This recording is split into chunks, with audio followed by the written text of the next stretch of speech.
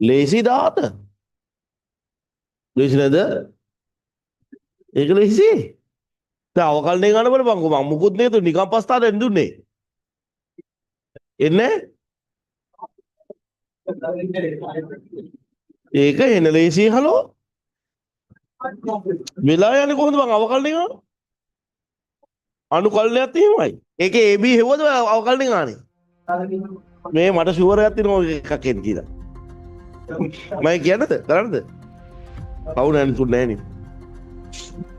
මෙම වක්‍රයට 2.1 ලක්ෂයේදී අදිල්ලද ස්පර්ශකය y සමානයි x ඍණ 2යි. ඒකේ තේරුම මොකද්ද?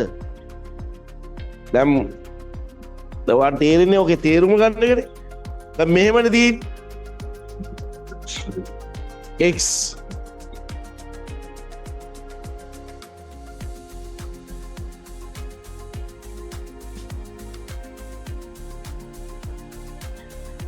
මේකනේ ගන්න. හරිද? දැන් මේකේ මෙහෙමයි සීන් එක. අන කමන්නේ. මෙන්න වක්‍රය තියෙනවා කියලා හිතන්න. එතකොට මෙම වක්‍රයේ මෙයා තමයි 2 බිඳුව. ඉතින් බා ටක් ගාලා එළඹෙන්න පුළුවන් කාරණාවක් තියෙනවනේ. මේක තමයි වක්‍රය. එතකොට මේ වක්‍රයේ 2 බිඳුව තියෙනවා නම් අනිවාර්යෙන් තෘප්ත වෙන්න ඕන නැද්ද?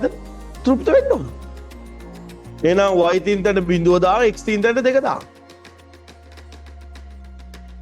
සමානයි ඍණ 2යි. ඔච්චරයි. දැන් b හොයන්න කොහොමද දන්නවද? b හොයන එක තමයි වැඩේ තියෙන්නේ. හරි? a වලට ඍණ 2යි. b හොයන්නේ මෙහෙමයි. මෙම ස්ථානයේ අඳින්නද ස්පර්ශකය මේකනේ. මොකද්ද මේ ස්ථානයේ අඳින්නද ස්පර්ශකය? y සමානයි x ඍණ 2යි නේ. එතකොට මේ ස්ථානය හරහා අඳින්නද ස්පර්ශකයේ මේක නම් මේ ස්පර්ශකයේ අනුක්‍රමණය මෙම ලක්ෂයේ අනුක්‍රමණයට මොකද වෙන්නේ? සමානයි. එහෙනම් මොකද කරන්න තියෙන්නේ? මෙයාගේ අනුක්‍රමණය ගත්තම එන්නේ 1යි. එහෙනම් මෙම ලක්ෂයේදී අනුක්‍රමණය කීයද? 1යි. අනුක්‍රමණය කියන්නේ මොකද්ද? f dash x. මෙයාව අවකලනය කරලා ලැබෙන උත්තරයට x වල උත්තරේ x සමානයි 2 දැම්මම ලැබෙන අනුක්‍රමණය කීයද? 1යි. අර ස්ථාවර ලක්ෂයක් කිව්වා නම් බිඳුව වෙනවා වගේ මෙයා අවකලනය කරලා එන උත්තරයට. එතකොට දැන් මේකෙන් එළවෙන්න පුළුවන් කාරණා මොකද්ද? x සමානයි 2 දී f dash x 1යි. දැන් මේක අවකලනය කරා 2 ආදේශ කරා 1 දැම්මම b වෙනවා. දැම්ම නානද ඔච්චරයි. එන්න පුළුවන් හොඳේ. ඔය වගේ එකක් එන්නම පුළුවන්. සිරාවටම කියන්නේ.